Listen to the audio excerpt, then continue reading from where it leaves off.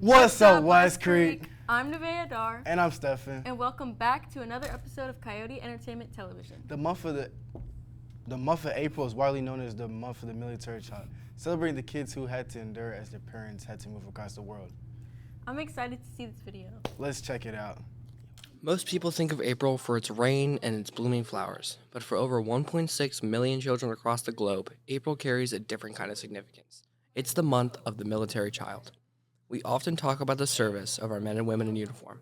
We talk about the sacrifice of the soldier, the sailor, the airman, or the Marine. But standing just behind them, often in a classroom or a new playground, is a child whose life is also defined by that same uniform. Growing up military isn't just a lifestyle. It's an exercise in constant motion.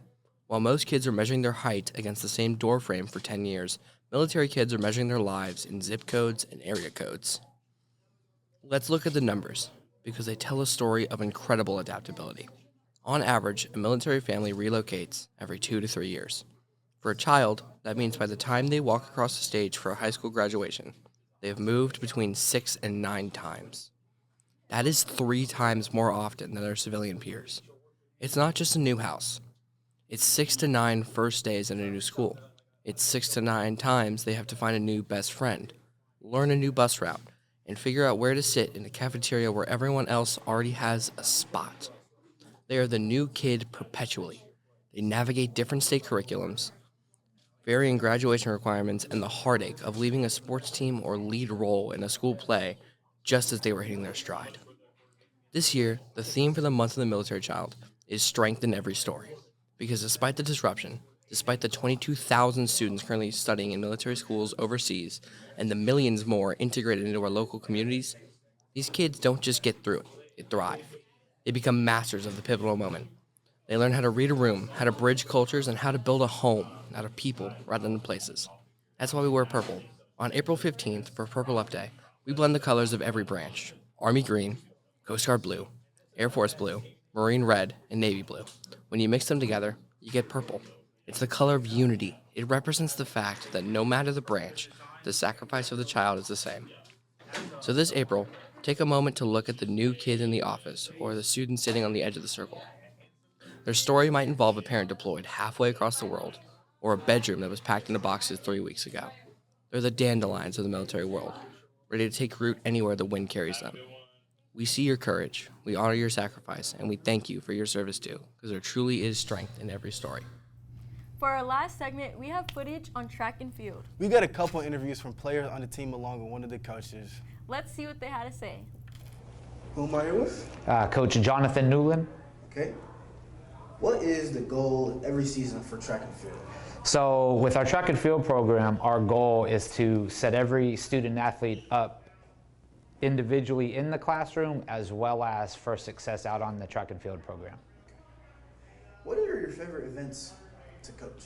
So I enjoy coaching the 400 meters and the 800 meters. The reason for that is they're, in my opinion, they are the 2 most gutsy events that track and field has to offer. That is true, that is true. What defines a track athlete in your point of view?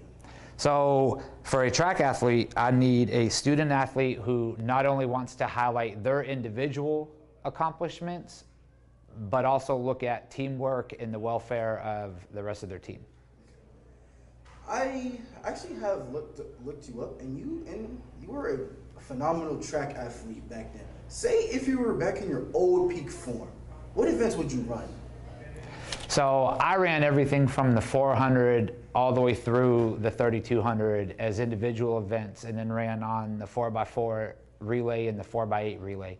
I enjoyed the 1600 most. What was your least events running? Like the ones you didn't really like? So, I mean, I enjoyed running, and I still do it to this day, but my most favorite event during track and field would probably have been the 3200. I mean, it's 8 boring laps around a track. What advice would you give to people who are interested in track?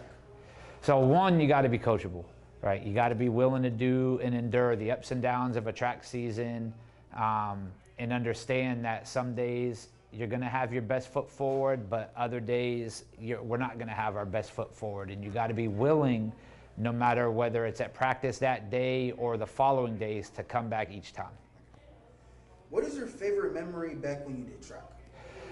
So I enjoyed being around my teammates, right? The struggle, the ups and downs of going through not only just a practice, but an entire track season, knowing that all the individuals to your left and your right were going through the same struggle that you were going through.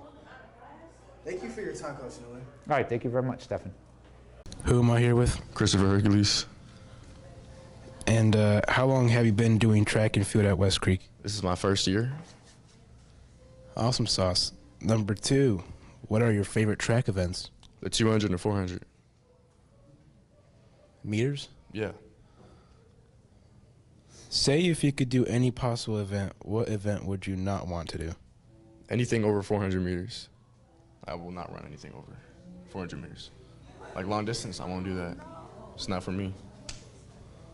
That seems reasonable. What's your favorite track memory ever? Seeing Wilcox try to run and fall. What? Wilcox trying to jump over Stefan, and he fell. That seems tough. Thank you.